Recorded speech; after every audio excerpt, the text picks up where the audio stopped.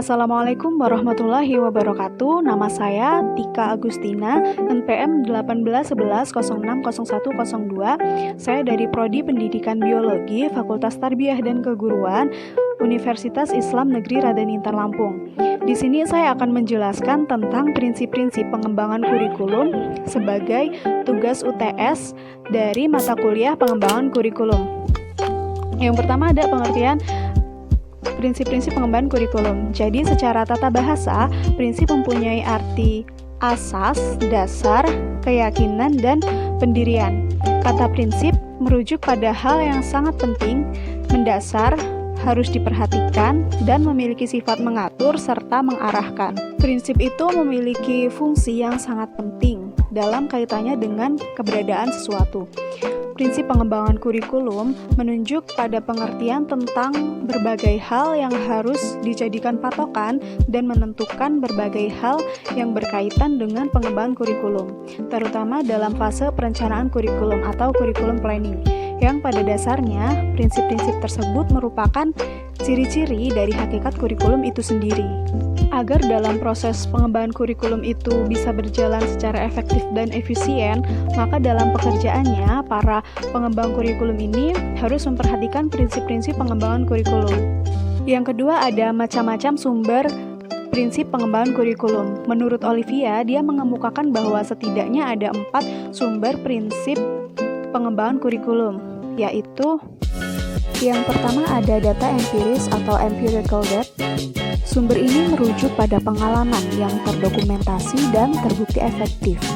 Yang kedua ada data eksperimen atau experimental data. Sumber ini merujuk pada temuan-temuan hasil penelitian yang dianggap valid dan reliable. Yang ketiga ada cerita atau legenda yang hidup di masyarakat atau folklore of curriculum. Sumber ini merujuk pada adat kebiasaan yang hidup di masyarakat. Yang keempat, ada akal sehat atau common sense. Sumber ini harus melalui proses pertimbangan dan penilaian akal sehat terlebih dahulu. Yang ketiga, ada tipe-tipe prinsip pengembangan kurikulum. Tipe-tipe prinsip pengembangan kurikulum yaitu tingkat validitas dan reliabilitas prinsip yang digunakan. Hal ini kaitannya dengan sumber-sumber dari pengembangan kurikulum itu sendiri. Tipe prinsip pengembangan kurikulum ini dibagi menjadi 3. Yang pertama ada anggapan kebenaran utuh atau menyeluruh atau whole truth, berisikan fakta, konsep, dan prinsip yang diperoleh serta telah diuji dalam penelitian yang ketat dan berulang sehingga bisa dibuat generalisasi dan bisa diberlakukan di tempat yang berbeda. Yang kedua ada anggapan kebenaran parsial atau partial truth. Tipe ini berisikan fakta, konsep, dan prinsip yang sudah terbukti efektif dalam banyak kasus, tetapi sifatnya masih belum bisa digeneralisasi. Yang ketiga, ada anggapan kebenaran yang masih memerlukan pembuktian atau hipotesis. Tipe ini berisikan asumsi kerja atau prinsip yang sifatnya tentatif. Prinsip ini muncul dari deliberasi, judgment, dan akal sehat. Pada dasarnya, semua tipe prinsip tersebut, tipe prinsip mana yang mendapatkan penekanan dan penggunaannya ini sangat tergantung pada perspektif dari para pengembang kurikulum itu sendiri. Keempat, ada macam-macam prinsip pengembangan kurikulum. Prinsip yang digunakan dalam pengembangan kurikulum dibagi menjadi 2, yaitu prinsip umum dan prinsip khusus. Prinsip umum biasanya digunakan hampir dalam setiap pengembangan kurikulum dimanapun. Terdapat 5 prinsip umum pengembangan kurikulum, yaitu yang pertama, prinsip relevansi atau kesesuaian.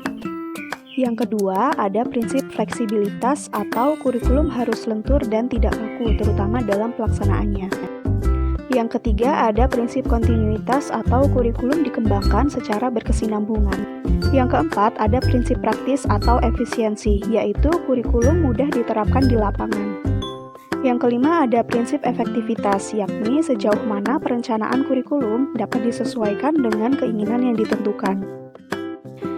Sedangkan prinsip khusus yaitu prinsip yang berlaku di tempat dan situasi tertentu, mencangkup tujuan, isi, metode, dan evaluasi.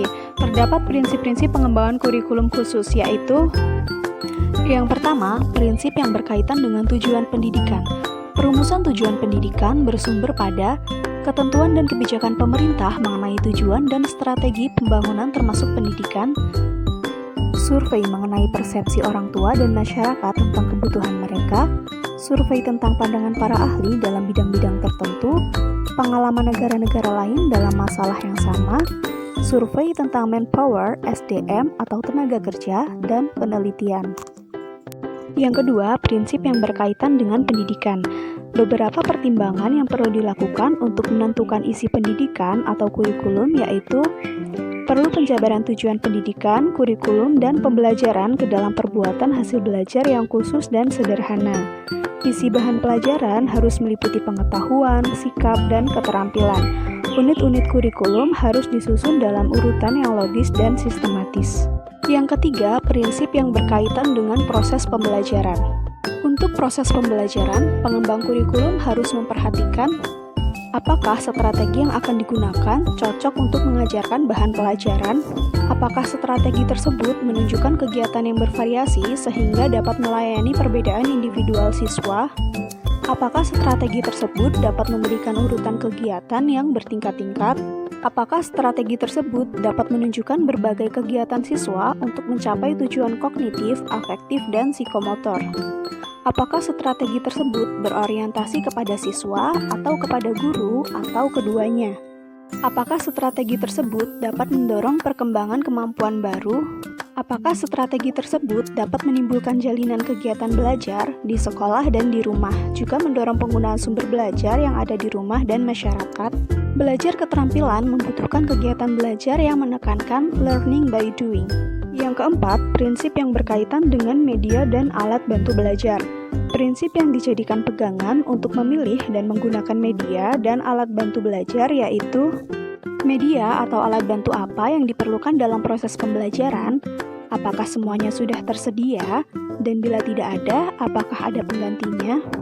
Kalau ada yang harus dibuat, perhatikan bagaimana pembuatannya, siapa yang membuat, biayanya, serta waktu pembuatannya.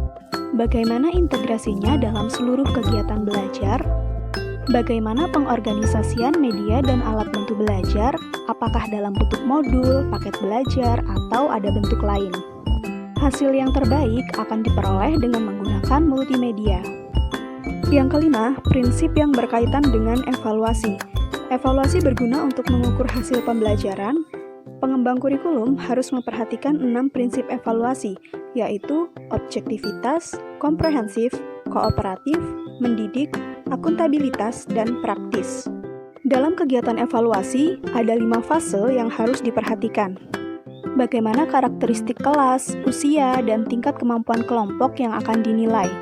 Berapa lama waktu yang diperlukan untuk kegiatan evaluasi? Teknik evaluasi apa yang akan digunakan? Tes, non-tes, atau keduanya? Jika teknik tes, berapa banyak butir soal yang perlu dibuat? Apakah tes tersebut diadministrasikan oleh guru atau murid?